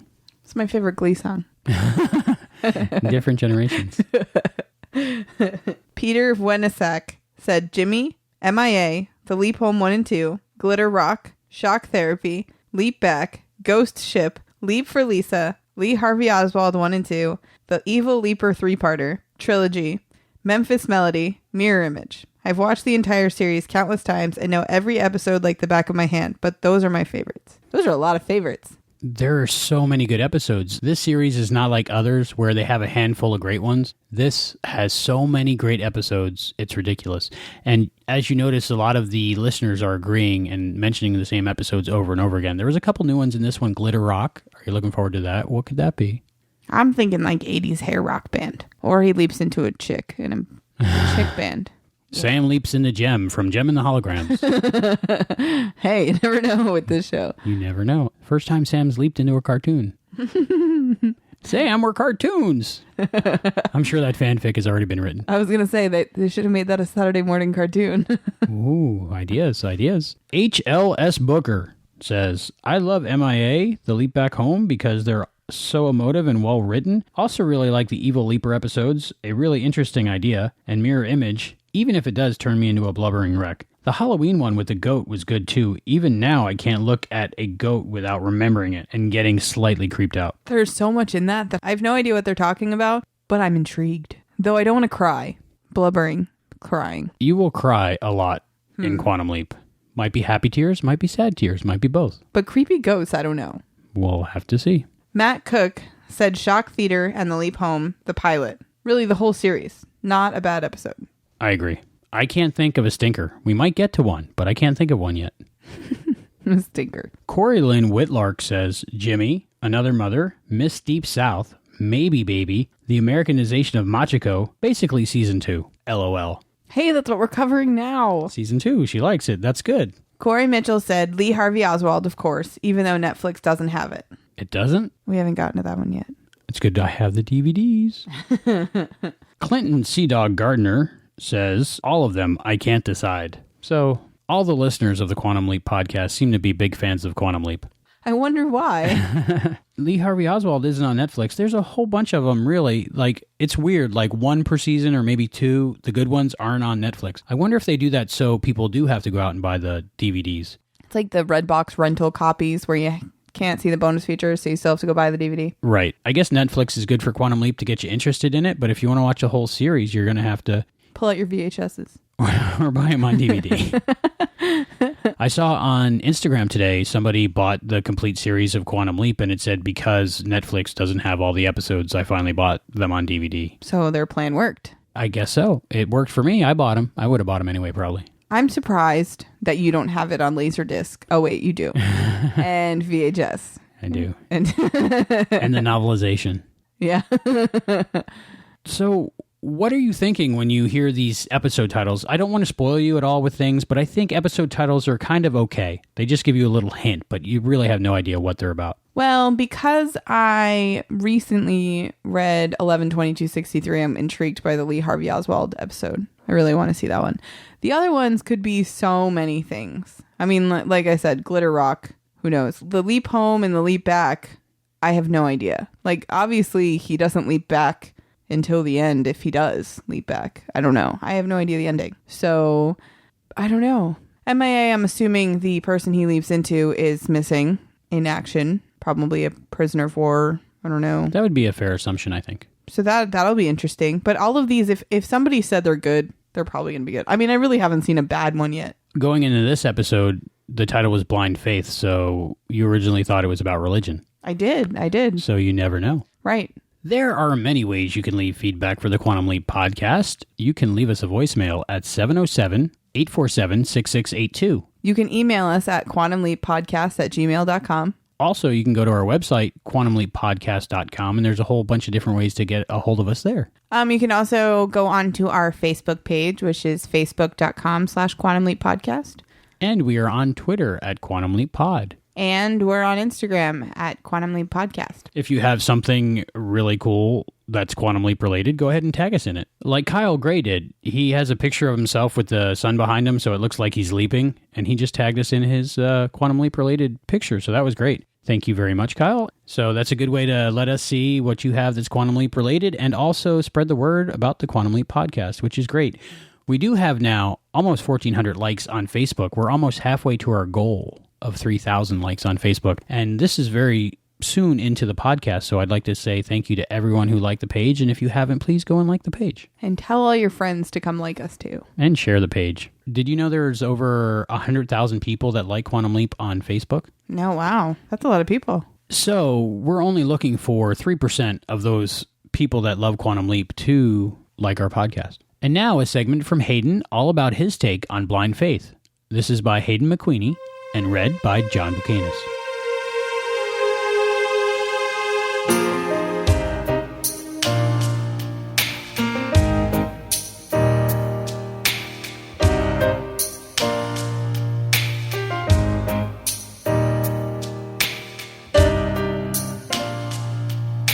Greetings to all our leaping listeners, or is that listening leapers? While watching Blind Faith, something stuck out at me, and in my mind it branched off into a number of theories, which I felt deserved discussion in this segment. We were told by Al that Michelle was the fourth victim of the Strangler, and Sam is there to prevent her murder. Why is it that Sam leapt to save Michelle and only Michelle? When if he had leapt to an earlier point in time, he could have attempted to stop the Strangler before he killed anyone. I'm sure if Sam had known that the sexy French lady was to be a victim, for example, he'd had done something to try to save her. He certainly liked peeving on her while he was disguised as being blind. A scene I love, by the way, because it shows that Sam is human and has human urges, a fact which is diminished as time goes on. I am sure there are numerous behind-the-scenes reasons for Michelle being the only one saved, such as the writers wanting to make the story more personal by focusing on Michelle and her long-suffering mother, while Sam pretends to be blind. Which, by the way, is more proof that it is Sam's body leaping around and not just his mind or consciousness. Since if he was stuck in Andrew's body, he'd be using Andrew's useless eyes and would not be able to see. And it gives Scott Bakula a chance to show off more of his musical skills. But because we get so engrossed in the Quantum Leap universe, I wanted to come up with some in-universe answers. In my mind, there appears to be two factors which affect the mission which Sam attempts. The first is what God, time, fate, whatever, GTFW, once changed, and the second is what Sam is actually capable of doing. From each of these, numerous other minor things come into play as well. Starting off with the GTFW, we need to consider whether there is some sort of grand design and whether each person has some destiny that needs to be carried out, or whether all of history is just a mass combination of each person's choices. It might seem odd to talk about destiny and things being predetermined on a show that is all about changing history for the better, but when we say Sam puts right what once was wrong, it is worth wondering if there had originally been something that was planned, considered right, by some outside force, GTFW, and that there is some outside force messing things up, for example, the devil. And if that is the case, then Sam would be more like a space-time continuum cleanup crew. If there is not any grand design, then that would mean that Sam is more like a teacher or a guide, helping people to make better decisions and preventing or punishing those who are determined to do the wrong thing. I'll come back to the idea of the grand design later, but if there is something that is supposed to be carried out, which for some reason didn't, that would mean that the GFTW had plans for Michelle and that her destiny hadn't been carried out yet. Maybe she was designed to do something major herself or influence another person to do so. This is not to say that the other three lives were any less important, just that perhaps their destinies had already come to pass. I personally believe that since Michelle was studying to be a nurse, and this is something she seemed passionate about and was one of the few things that her mother approved of, that she did end up becoming a great nurse and ended up helping to save a lot of lives. Getting back to the topic of hand, which is why couldn't Sam save everyone, we have to remember that saving Michelle's physical life wasn't the only thing Sam was there to do. He was also there to make sure Michelle could live her life as she chose. If Sam had leapt into an area sometime earlier and had managed to stop the Strangler earlier, then he would not have been in any position to carry out his secondary mission, which would be vital should Michelle have some destiny that needs to be carried out. The ripple effect is prevalent in Quantum Leap, and to use a quote from the show, the lives Sam touched others and those others. So Michelle probably did end up touching the lives of many that she encountered. And while we're on the subject of ripples, let's consider all the other people that were affected by Sam's intervening as well. First, there was Michelle's mother. All she really had in her life was Michelle, which is probably why she was so smothering to begin with. It is said that death is always hardest on those who are left behind. And in the original history, she would have had to deal with her only daughter's murder. She probably would have ended up with severe depression, could have turned to alcohol or drugs to try to numb the pain, or even ended up as a vigilante. Her life now consumed to bring the Strangler to justice. What sort of life is that to live? Then, in a brief period after Michelle is saved, but before Sam talked to her about how she was treating Michelle, she probably had just gone back to smothering Michelle. Maybe even more so considering the near-death experience. Nothing will change until Sam does something to change it after all. But finally, now that Andrew and Michelle are together, she's liberated of her responsibilities of taking care of Michelle. I would hope that she would use her new spare time to enjoy her life and to do some good, because ultimately, she is a good person. Speaking of Andrew and Michelle, if, as Sam had predicted, they ended up married, then they probably had children. And with such good people as parents, how could they not have ended up doing good things too? To finish on the discussion of the ripple effect, there's always the possibility of the negative ripple. In time travel works, it's often referred to as killing Hitler risk. The idea is that if you could go back in time and kill Hitler before he could rise to power, then theoretically, you could save over 6 million people. But who's to say that one of those people was not worse than Hitler and would end up doing even worse things? The same thing could happen here. It's possible, however unlikely, that one of the Strangler's first 3 victims was a complete psychopath, and if allowed to live, could perform monstrous acts even worse than those of the Strangler. I personally do not subscribe to this theory in the Quantum Leap universe because it would have invalidated the basic message of trying to change history for the better. But it is still not impossible. A conversation between Stewie and Brian from The Family Guy comes to mind. They traveled back in time 10 years, and Stewie warned Brian not to change anything because it could have consequences neither of them could imagine. And when Brian asked where he learned that, Stewie replied, Quantum Leap, which baffled Brian considering the fact that Sam changed history all the time. The other major factor that comes into play when it comes to what Sam is able to change is Sam's own abilities and limitations. It is lucky that he is in peak physical health, with full vision and hearing, has trained in martial arts, and is incredibly intelligent. That puts him in a better position to get through adversity than a lot of other people he has replaced. But he still has some limitations. The first is the situation itself, which leads up to the event to be changed. The first 3 victims were murdered while walking alone in the park, with nobody else around. There was nobody for Sam to leap into to protect these women. And also, if he had leapt into the victims themselves, then he risked being the one who was murdered. Theoretically, he could have just stayed home, but with the Strangler determined to kill, That just means that some other innocent person would become his target. The other major limitation is the information that is available in his own time that Ziggy is able to access. It is very likely that in the original history, the Strangler was never caught. If he was, then surely Al would have told Sam who it was. And so how could Sam know who to look out for and who to try to stop before they went into their rampage? So it makes perfect sense that Sam would leap into Andrew Ross as the closest person to Michelle at the time. Maybe Andrew had originally tried to walk Michelle home, but without his eyesight, couldn't do anything to stop the Strangler when he attacked. Even though Sam was blind, when he saved Michelle, he had 2 extra sets of eyes to see for him, and so this really was the only possible way to stop the Strangler. Now this brings up another good point. Once Sam did catch the Strangler, it would show up in the records. So why couldn't Sam then leap back and try to stop the Strangler earlier? Why? For the same reason listed above, the killing Hitler risk. The fact that there was nobody to leap into, and his secondary mission of saving Michelle's emotional life. It really does appear that there is a method to the madness of the grand design, if it exists. This brings me to the final part of my segment, and I'd like to discuss how I see the grand design. There are 4 physical dimensions: length, breadth, depth, and time. But since in the Quantum Leap universe, time is able to be manipulated, I think there must be some kind of 5th dimension, which the controller of the grand design must be in, and whoever's messing it up. If you have trouble picturing this, then I advise you to watch Men in Black 3. There is what they call a 5th dimension being, who can see all possible events in all possible times over any area. Sam's theory on time travel is what he calls his string theory, that each life can be thought of like a string, which one end being birth and the other death, and that by joining the ends and then balling up the string, the days of one's lives cross over each other, enabling days to be skipped over. I think that the grand design might also be a string, with everything that happens in all timelines already printed on it. The time travel aspect could simply be the same as Sam's theory, with a string being joined and balled up, or rather smaller loops being created. When Sam travels in time, the string moves back over itself, and once Sam changes history, a loop in the string appears. Everyone in the string only experiences going over the leap caused by the string crossing over itself, and the history that is erased or changed ends up in the resulting loop that gets skipped over. So that is how I view the grand design.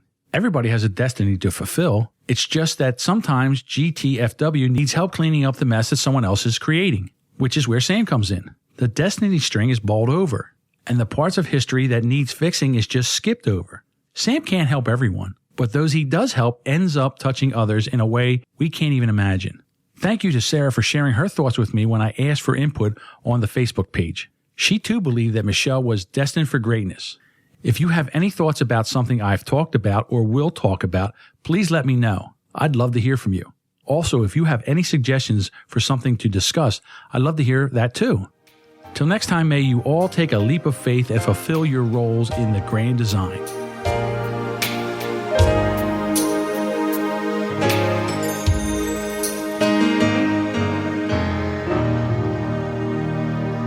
Thanks, Hayden, for your input. We'd love to hear what you think about each episode. And really good points we didn't even think about or mention in our discussion, so it's awesome that somebody else can get so much more and something different out of the same episode. And thank you very much, John. He's one of the newest members of our podcast. You might recognize John Buchanan' voice from the closing credits. Originally, they were only supposed to be for the alternate ending of Honeymoon Express because Heather winked out of existence, so it didn't make sense for her to read the credits. I don't remember that part. But they were so good, we kept him. Since then, he's been so kind to do more voice work for us. So thank you very much, John. I think thematically it's pretty simple, and I think the notion of experiencing life in through somebody else's eyes is a very it's simple, but it's enticing. I think the relationship that the two men in the show had, Don's always really good about that, and Magnum, he had it. I think that was an unusual relationship. Then the fantasy of being able to go back and change something and fix a mistake, or what we were talking about earlier about taking different choices or different there, but for the grace. I think that's just kept the show alive. It's so cool to bump into young people who are experiencing it for the first time. Like, oh man, we saw this new show, Quantum Leap. Is that really you? And it's like, yeah, we're watching it with my big sister or my dad or whatever. And it's really neat. It's good to be so proud of something and have it have legs, and Yeah, I mean, we did 97 hours. Are there some hours better than others? Yeah, and there's some that weren't as great. But overall, it's like, there's very seldom if I flip it or see it, I can go, oh, that was a good episode. I remember that. Or that had good, there was something about that episode that worked. Even if the whole story doesn't work, the notion of, the rape episode wasn't the best script in the world. I don't remember who wrote it. I'm sorry. But the idea of this man having to be in a body of a woman who had been raped and deal with that was a good idea. Heather, I understand you have some trivia for us. I do. And some that I didn't even spot. I feel a little silly for not noticing this first one. All right. The World Trade Centers were in this episode. Opening shot almost, I think, after the opening titles. This episode takes place 4 years before construction even started on the World Trade Centers. A little bit of a timing error there. Yeah. How could we explain that? We can't. Whoops. Maybe. Yeah. That's a pretty big error. But I could see why they would do it, because that shot back then meant instant recognition. Hey, we're in New York City. Not anymore. Well, I mean, now you still know, but... But now it takes on a different meaning. When you see it, you're like, oh, it sucks. I remember watching a movie right after it happened, and they had the trade centers, and I was like, wow, you'll never see that again. It's in so many movies and TV shows. Because it's the classic New York skyline shot. Right. So, right when Sam's running through the crowd, he's yelling for Michelle as she's running away, and the whole flashbulb thing happens, and he's running through a crowd of Beatles fans. And on December 3rd, 1965, the LP Rubber Soul would be released in the UK, which included the song Michelle. So that's a really cool kiss with history, and either Sam had an influence on the song Michelle, or the song Michelle had an influence on the character name in this episode. Yeah, because it was a little Beatles in the background, so maybe they named Michelle that because of it. Well. It was cool to see the Beatles. It would have been nicer to see more of them featured in an episode, but it was cool that they were there. Yeah, that would be interesting to have a Beatles episode. Be like Sam leaps into Ringo Starr. Next week on Quantum Leap, Sam is the fifth Beatle. Al, I don't know how to play drums. Trust me, Sam. Sam, you were already in a rock band. Also, the stage manager who yelled at Agnes for smoking, he was actually in How the Test Was Won. He was actually Dr. Young's mirror image. He was the Lee B. Wow. That is crazy. So they reused him and I never even noticed. Yeah, I don't remember that. Is that bad? I guess you don't really see the Lee B's reflection that much because you see him as Sam. I remember the reflection of the doctor from that episode just because of the glasses. Because Sam wasn't wearing glasses and the doctor was. I was wondering about that. Right. So my brain is connecting it. Yes, definitely the same guy now. That's pretty cool. I knew he looked familiar, but I just thought I saw him from something else. Sloane Fisher, I think, played that part. Both parts. Mm-hmm. Very cool. So we learned in this episode that all animals, not just dogs, can tell the difference between the Leapy and Sam. They can see Sam and Al. So it's just people that have a problem. Yeah. Like I said about Percy Jackson, the Mist. Humans, mortals are very unobservant. What were you saying? For some reason, Al lets Sam freak out about the next concert and doesn't tell him that he can play the piano and has played at Carnegie Hall in his past life. That's true. He's like the whole episode, just trust me, instead of just saying, Sam, you can play the piano. Don't worry about it. Dramatic effect. Yeah. And I guess it puts us, the viewers, in suspense because we don't know how he's going to accomplish this. And that would be very nerve-wracking if you had a performance and you didn't know how to do whatever special skill you were going to perform that night. Like, even myself, when I have a performance and I know what I'm supposed to do and I know how to do it, I'm still nervous. So can you imagine having to play at Carnegie Hall and not knowing you can play piano? I'm nervous when we record this show. I think that Al likes to have the power. Like, he messes with Sam. I guess, you're settled in your job. Yeah, he's leaping around in time. Yeah, I'm back in the 60s, whatever. But he knows that Sam will be fine, so he's like, just trust me. And it's not him sitting up there on stage either, so he doesn't really care as much. Nope. Speaking of Al and not caring about Carnegie Hall, did you notice he blows kisses to the lady in the green in the front row? Yes, I noticed that. The crowd's the same both nights. Both nights, the same crowd, the same dresses, the same people, the same shots. Mm-hmm. Yeah, I think it would have worked if they were all like black or white clothes, but the green dress really gives it away because you're like, didn't I just see that same lady in a green dress earlier? And the fact that Al blows a kiss to her, and it's not like she winks back at him. Like, I don't know why. That was just weird. That they did a close-up on her. She can't even see him. Right. This was 1964, and people back then, I don't think, had as good of grooming habits as they do today, like wash your clothes or wear a different dress a different night, maybe shower in between. So, could be in-universe explanation is she just wore the same dress 2 nights in a row. Or they use the same footage. I think that was it. It's a cost-saving technique, and it really doesn't harm the story. It takes you out for half a second, because then you're like, that's the same... Well, it's a TV show. I think if you weren't paying attention, you wouldn't know. That's true. We are watching this multiple times. And we're paying way too close attention on some details. It's a little nitpicky. Yeah, she might just be his biggest fan. Hey, Michelle has some competition. Lady in the green dress. Lady in the green dress. Is that like Lady in Red? Yeah. Lady in green. We're sorry about that. Next time on the Quantum Leap podcast, we talk about the Quantum Leap episode, Good Morning Peoria. Good morning, Peoria! Ow! This is Howlin' Chick Howl. Arrgh! Coming to you live on WOF. Woof, woof, woof. Woof! Oh my God, I'm a DJ. I can't believe it. Without rock and roll, I am dead. It was my ticket to #1. Now what am I going to do? I'll be lucky if I don't have to sell the station in a year. She could hold out another 18 months if she doesn't eat.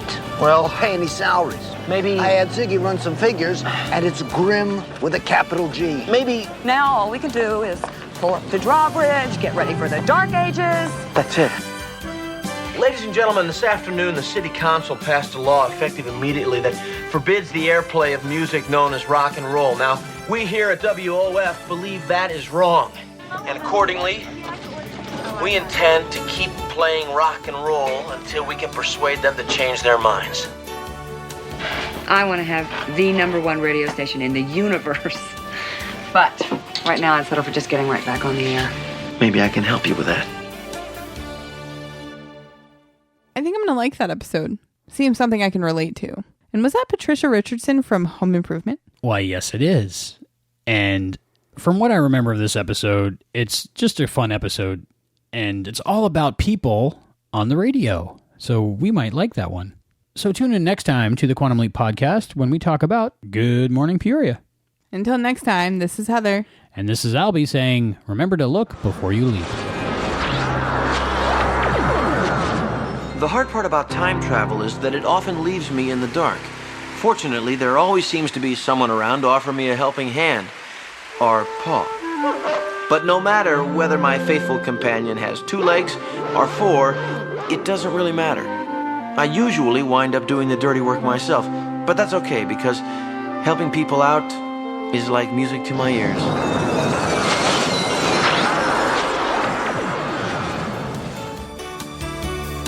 Thank you for joining us for this episode of the Quantum Leap Podcast. Go to quantumleappodcast.com to listen to new episodes. The Quantum Leap Podcast is not affiliated with Belisarius Productions or Universal TV. Follow us on Facebook and Twitter to get behind-the-scenes information, exclusive content, and to be notified first when a new episode is available. The thoughts and opinions expressed in this podcast are those of the individual and do not necessarily represent or reflect those of the Quantum Leap Podcast, Barron Space Productions, its partners, or affiliates. The Quantum Leap Podcast is edited by Albie, researched by Juan. The Quantum Leap universe and all it contains is the property of Belisarius Productions and Universal TV. No infringement is intended. The Quantum Leap Podcast is a Barron Space production.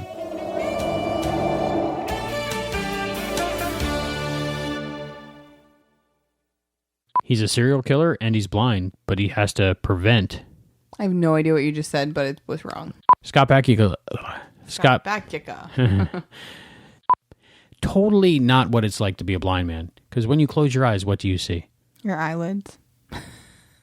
The outline of what you saw before you closed your eyes. What do you see? In general, what do you see? I don't know. Light? Black. Black. I don't know. You don't know what you see when you close your eyes. My eyelids. I have to work with her. I'm going to call Daryl and get you replaced. Colin John Buchanan. What do you see when you close your eyes? But like, I see the outline of you in my head. Okay, let me stop laughing. Okay. Say it. Ask me again. It happens at least. All I need is the word black. It's not going to happen, is it? Every episode. Black? Right. When you close your eyes, you see black. Okay. That's not what blind people see. I don't think. Okay. When you're looking out of your elbow, what do you see? Follow me with this. When you're looking out of your elbow, what do you see? I